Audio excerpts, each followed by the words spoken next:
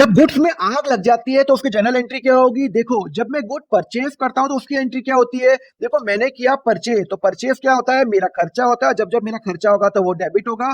तो मेरी एंट्री होती है परचेज अकाउंट डेबिट, और मेरे यहाँ से कैश जा रहा है, और जब जब मेरा एसेट जाता है तब वो क्या होता है? क्रेडिट। तो यहाँ पे हो जाएगा टू कैश 5,000 रुपी, 5,000 रुपी।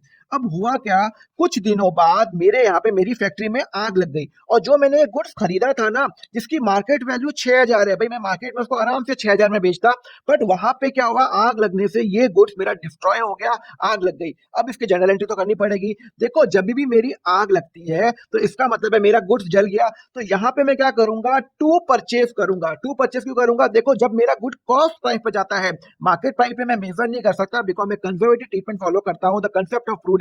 वहां पे मैं एंटीसिपेटेड लॉस रिकॉग्नाइज कर सकता हूँ, एंटीसिपेटेड प्रॉफिट नहीं कर सकता। तो जब मैंने गुड्स खरीदा था तब मैंने परचेज किया था। अब इस गुड्स को आग लग गई है तो मैं परचेज अकाउंट को रिवर्स करूंगा। तो मैं क्या करूंगा, टू परचेज अकाउंट कितने का? 5,000 का। तो यहाँ पे मैं टू सेल्स नहीं करूंगा, बिकॉज सेल्स हमेशा मार्केट वैल्यू पे होती है। मेरा तो गुड्स जला है, तो जो मैंने डेबिट किया उसको मैंने क्रेडिट कर दिया।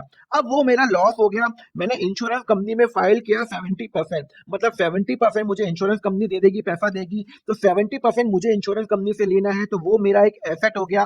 तो कोई भी मेरी इंश्योरेंस कंपनी होगी तो मैं क्या करूंगा, इंश्योरेंस क्लेम लिख सकता हूँ या इंश्योरेंस कंपनी लिख सकता हूँ, उसको डेबिट करूंगा कि 3,500 तो मुझे उससे लेने हैं, और बाकी के जो 1,500 हो गए वो मेरा क्या हो गया, नुकसान हो गया। तो मैं क्या करूंगा, लॉस बाय फायर को क्या करूंगा, डेबिट करूंगा 1,500। समझ में आया? तो जब मैंने गुड्स खरीदा था, मैंने परचेज किया, और ये जब गुड्स मेरा जल गया तो मैंने परचेज को रिवर्स किया है। तो टू परचेज 5,000, ये टोटली मैं इग्नोर करूंगा मार्केट वैल्यू, और इसका 70% मुझे इंश्योरेंस कंपनी दे देगी, वो मेरा एसेट बन गया। बाकी जो 30% है वो मेरा क्या हो गया, लॉस बाय फायर हो गया। और ऐसी फंडा के लिए फॉलो करिए अकाउंट फंडा को।